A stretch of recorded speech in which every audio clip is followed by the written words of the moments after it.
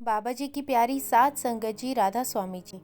सात संगत जी, आपसे विनती है कि इस साखी को पूरा सुने और कमेंट बॉक्स में अपने शहर का नाम जरूर लिखें, जिससे हमें पता लगे कि बाबा जी की संगत किस किस शहर से इस साखी को सुन रही है।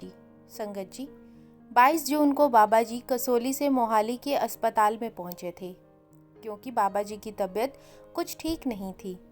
तो बाबा जी मोहाली के एक बड़े अस्पताल में अपना चेकअप के लिए गए थे। और उस दिन बाबा जी बहुत थके हुए भी थे, क्योंकि पिछले काफ़ी दिनों से बाबा जी हिमाचल और उत्तराखंड के अलग अलग सेंटर पर जाकर संगत को दर्शन दे रहे थे। उनका शेड्यूल इतना व्यस्त था कि उन्हें आराम करने का वक्त ही नहीं था। 22 जून को बाबा जी अस्पताल से सीधे मोहाली सेंटर गए थे और कमज़ोरी और थोड़ी तबीयत खराब होने के बाद भी बाबा जी ने संगत को पैदल चलकर दर्शन दिए थे। फिर उसके बाद बाबा जी हेलीकॉप्टर से डेरे के लिए निकल गए थे। और जब बाबा जी डेरे के लिए मोहाली से जा रहे थे, तो बीच रास्ते में पायलट साहब ने बाबा जी के चेहरे की तरफ देखा, तो बाबा जी के चेहरे पर एक अलग ही नूर आ गया था। अभी कुछ देर पहले अस्पताल में बाबा जी थके हुए दिखाई दे रहे थे।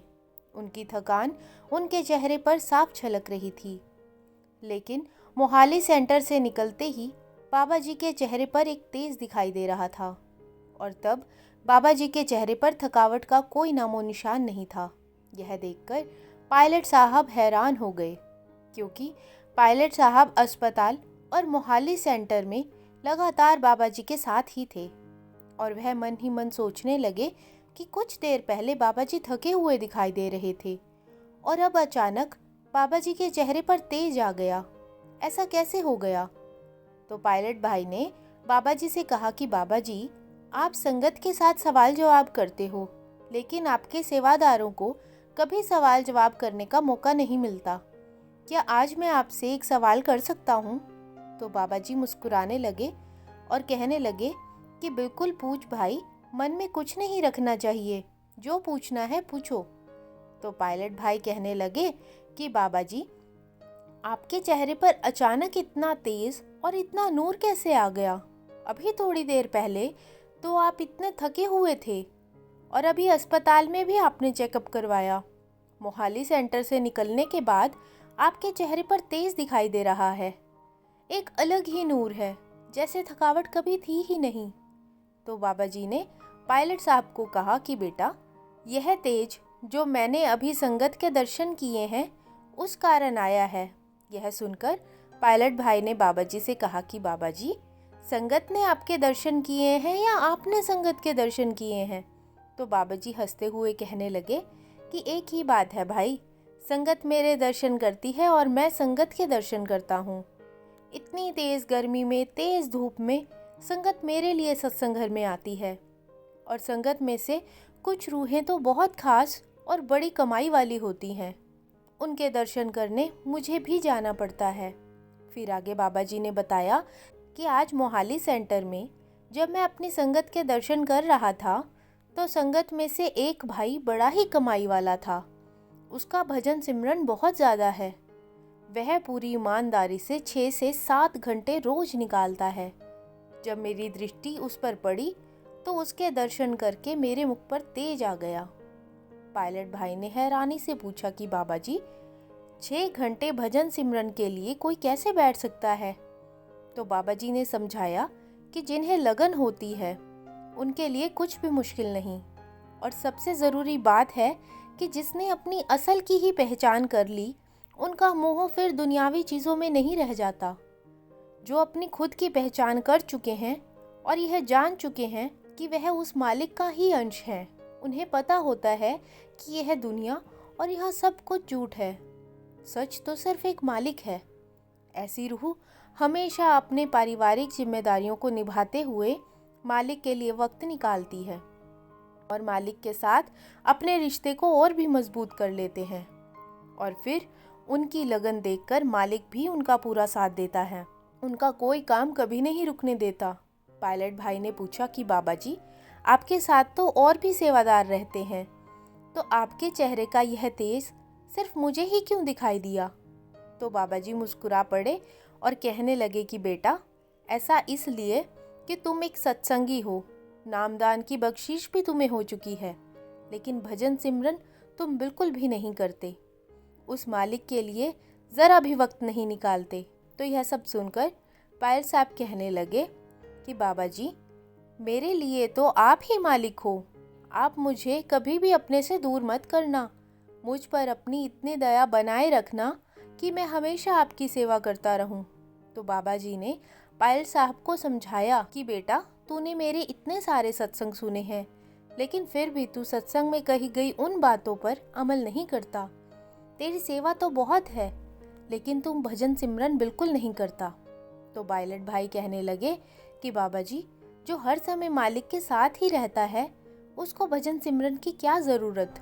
तो बाबा जी ने कहा कि बेटा, हमें बाहर से नहीं जुड़ना, अंदर से जुड़ना है। यदि हम सिर्फ बाहर से जुड़े रहेंगे तो अंदर से खाली के खाली रह जाएंगे।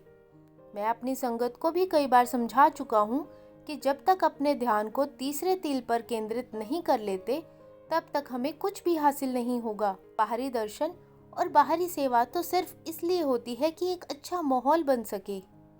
असली सेवा तो सिर्फ भजन सिमरन की है।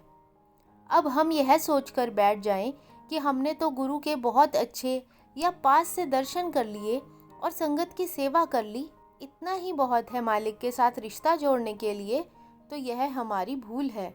मालिक के साथ रिश्ता सिर्फ अपने अंदर जाकर ही बन सकता है। यह सारी बात सुनकर पायलट भाई की आंखें भर आई और उन्होंने बाबा जी से कहा कि बाबा जी, मैं भी आज से भजन सिमरन के लिए समय ज़रूर निकालूंगा। फिर बाबा जी ने कहा कि बेटा, भजन सिमरन करने के लिए हमें किसी खास समय पर बैठने की ज़रूरत नहीं। पूरे दिन में हमारे पास 24 घंटे हैं।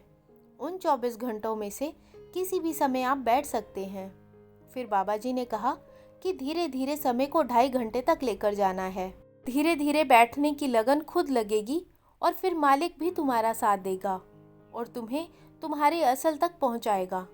फिर पायलट साहब जी पूछने लगे कि बाबा जी, जब कोई सत्संगी भजन सिमरन नहीं करता तो आपको कैसे पता लग जाता है। इसके बाद जो बाबा जी ने जवाब दिया, बाबा जी का यह जवाब सुनकर शायद आप भी रो पड़ोगे, क्योंकि बाबा जी ने नामदान देकर हमारी जिम्मेवारी अपने ऊपर ले ली है, और यदि हम बाबा जी से किया गया वादा नहीं निभाते तो शायद हम खुद ही अपने बाबा जी को दुख देते हैं। पायलट भाई के सवाल के बाद बाबा जी ने मुस्कुराते हुए कहा कि बेटा, अगर कोई मेरा बाल खींचेगा तो क्या मुझे पता नहीं लगेगा।